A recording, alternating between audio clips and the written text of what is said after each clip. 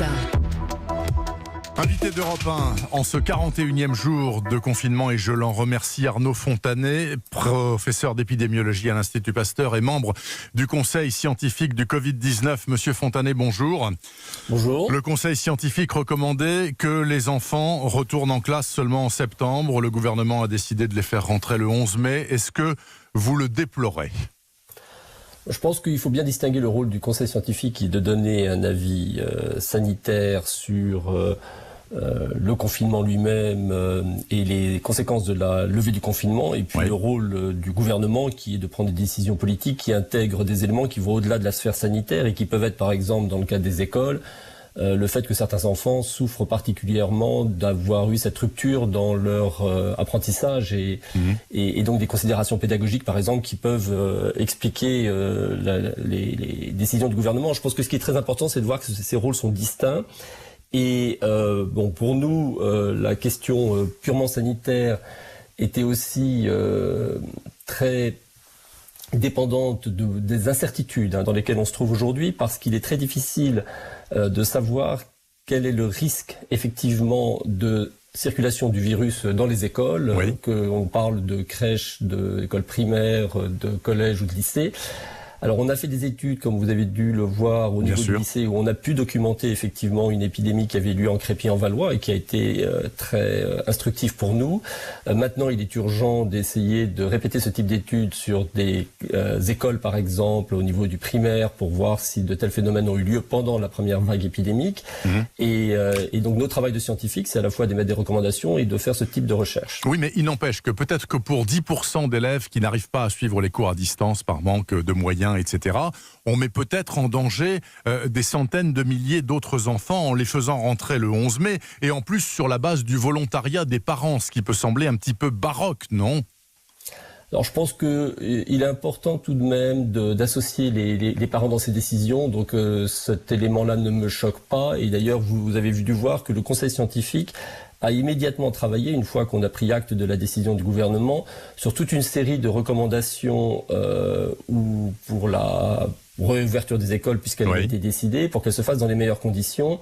Et on associe quand même beaucoup les parents, à la fois dans un rôle de responsabilisation par rapport aux enfants qui vont aller à l'école, notamment en leur demandant de bien s'assurer que leurs enfants n'ont pas de symptômes le matin avant de les envoyer à l'école, et puis également dans une compréhension de ce qui est en train d'arriver et de pouvoir faire des choix éclairés de leur part sur la nécessité ou pas de leur enfant de rejoindre l'école. Il n'empêche, Monsieur Fontanet, que vous dites aussi, conseil scientifique, bon d'accord, les enfants ils iront à l'école ou ils iront pas selon la volonté des parents à partir du 11 mai, nous on n'était pas d'accord mais on fait avec, mais il faut qu'ils aient tous des masques. Or, le journal du dimanche dit ce matin qu'il y a une note de Bercy disant c'est impossible, il n'y aura pas des masques pour tout le monde le 11 mai. Donc c'est contradictoire.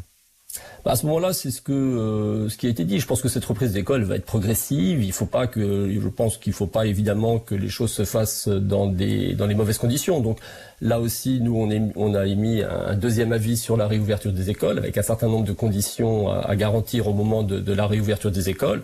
Et ce sera au gouvernement de décider sur cette base. Et effectivement, comme vous le dites, si les conditions ne sont pas réunies, il faudra que la réouverture des écoles se fasse dans le temps, pas tout d'un coup, de façon très graduée. De toute façon, il n'est pas question non plus que tous les enfants reviennent dans l'école. Il y a des règles de distanciation sociale qui vont impliquer qu'il y aura des alternances, des choses comme ça. Donc je pense qu'il faut reconstruire tout ça de façon très progressive et s'assurer effectivement que ça se fasse dans les meilleures conditions sanitaires possibles. Pardonnez-moi Arnaud Fontanet, mais je suis obligé de revenir quand même sur cette affaire d'école, parce que c'est la première fois depuis le début de la crise que le gouvernement ne suit pas vos recommandations scientifiques. Vous, scientifiques, vous dites non, faut pas y aller le 11 mai. Ils y vont quand même pour des raisons politiques. Ça doit vous perturber, donc vous vous dites peut-être qu'on ne sert plus à rien. C'est pas du tout l'état d'esprit dans lequel on se trouve. Je pense que là, il faut vraiment comprendre que la crise qu'on est en train de traverser, celle qui est liée au Covid-19, a des implications qui vont au-delà du sanitaire. Le sanitaire est évidemment important et pour moi ça reste une priorité puisque c'est mon métier de faire des recommandations sanitaires. Mais on réalise aussi quand même l'impact et la gravité des conséquences que le confinement peut avoir au-delà du champ sanitaire, y compris sur, et on l'a toujours dit, quand vous gardez une population confinée longtemps, c'est peut-être effectivement la meilleure façon de bloquer la circulation du virus. Mais les conséquences qu'on peut avoir d'abord sur les autres maladies autres que Covid-19 sont importantes. Les personnes qui sont restées chez elles et n'ont pas été traitées pour les maladies chroniques, qui n'ont pas pu aller consulter aux urgences quand elles auraient dû, etc., vont souffrir d'un point de vue de leur santé des conséquences du confinement. Il y a des conséquences sociétales majeures avec des personnes vulnérables qui sont des gens qui ont des handicaps, les personnes âgées qui se retrouvent isolées. Il y a les gens qui ont des problèmes psychiatriques, qui souffrent beaucoup du confinement aussi. Puis il y a des conséquences économiques qui sont très importantes, vous vous en doutez bien. Donc il faut que chacun reste dans son rôle. Nous, on fait des recommandations d'un point de vue sanitaire. Ouais. Le gouvernement, lui, fait des arbitrages qui prennent en compte toutes les autres dimensions. Et pour moi, c'est pas choquant qu'on puisse être sur certains points en porte-à-faux. Ça veut aussi dire que nous, on se met à travailler derrière pour s'assurer que si la réouverture des écoles a été décidée, elle soit effectivement progressive et qu'on l'encadre au mieux. Mais je ne suis pas, je comprends tout à fait que le gouvernement ait des arbitrages à faire qui puissent être différents de nos positions qui, elles, sont strictement limitées au champ sanitaire. Et c'est très important que ces rôles restent séparés. Arnaud Fontanet, alors parlons justement santé dans ce cas-là. Essayez de nous clarifier les idées. On a lu partout que la nicotine et donc les fumeurs permet de se protéger mieux du Covid-19. Voilà, il circule moins vite chez les fumeurs que chez les non-fumeurs. C'est une vue de l'esprit ou c'est une réalité? Et si c'est vrai, pourquoi est-ce qu'on interdit du coup et on limite la vente des patchs à ce moment-là? Alors, c'est beaucoup trop prématuré sur la base d'une ou deux études, de tirer des conclusions telles que celles que vous proposez, qui serait de distribuer de la nicotine à tout le monde pour plusieurs raisons. D'abord, en épidémiologie, la règle de base pour nous tous, c'est qu'une étude doit être confirmée 2 ou 3 fois dans des environnements différents pour être en mesure de conclure. Donc, il est vrai que nous, on a fait une étude qui montre un effet protecteur du tabac. Je suis en train de travailler sur ces données et j'ai passé ma journée d'hier parce que pour moi, en tant que spécialiste de santé publique, c'est très perturbant. Je sais que le tabac tue 75 000 personnes par an en France, donc c'est vraiment pas des recommandations à faire à la légère. Et donc on est en train de réanalyser des données pour être absolument sûr qu'on n'est pas passé à côté de quelque chose. Vous savez, dans les scientifiques, il y a ceux qui pensent avoir raison tout de suite, et puis il y a ceux comme moi qui se remettent en question en permanence et qui se disent est-ce que je serais pas passé à côté de quelque chose.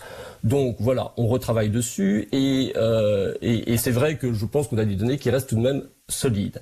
Il y a d'autres études qui vont être faites très rapidement partout dans le monde. Il va falloir voir si cet effet est retrouvé ailleurs.